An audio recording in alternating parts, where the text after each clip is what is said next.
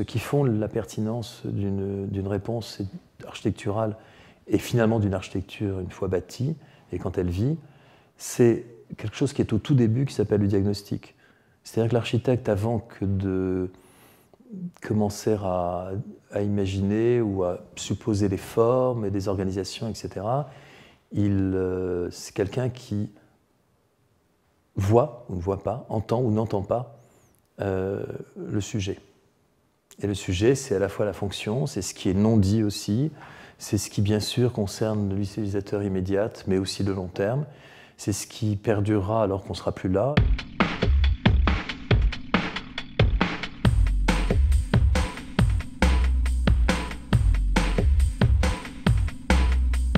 Chaque architecture est une réponse. Elle est éventuellement juste, elle est de toute façon singulière.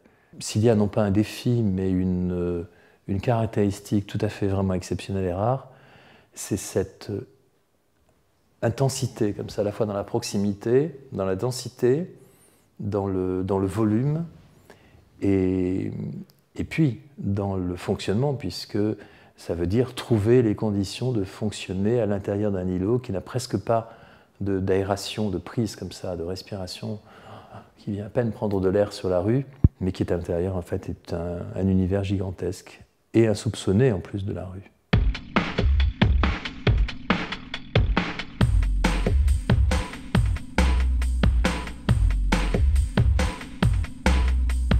Pour moi, le matériau, c'est Paris.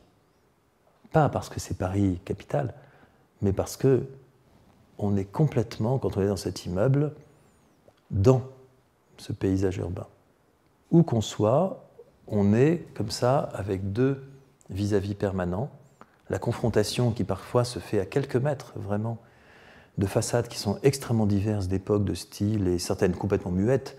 C'est des grands murs pignons, blancs, recouverts de végétation ou de meulière, ou au contraire quelquefois très travaillés et très bavardes. Et puis le cœur, cette amenée de lumière centrale, qui est plutôt, oui, une cascade lumineuse. Et la confrontation, elle se fait en permanence entre les deux.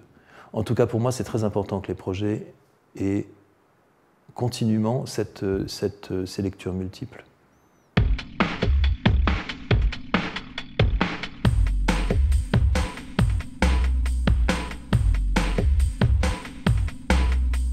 Le matériau essentiel, c'est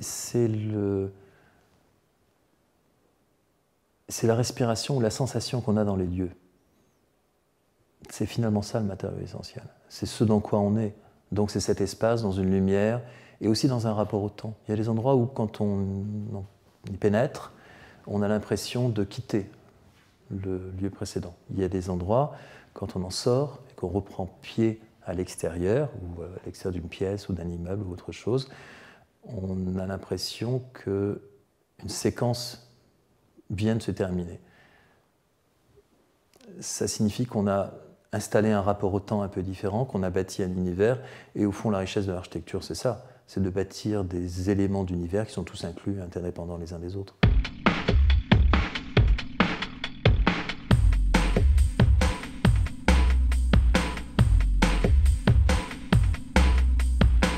Paris autour, voilà.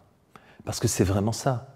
Mais aussi parce que, comme on a affaire à une structure qui existait déjà, la bonne intelligence du projet consistait évidemment à garder la structure pour des tas de raisons, réglementaires, de stratégie foncière, de plein de choses. Et aussi parce qu'elle était là, qu'elle tenait très bien et qu'elle était en plus intéressante.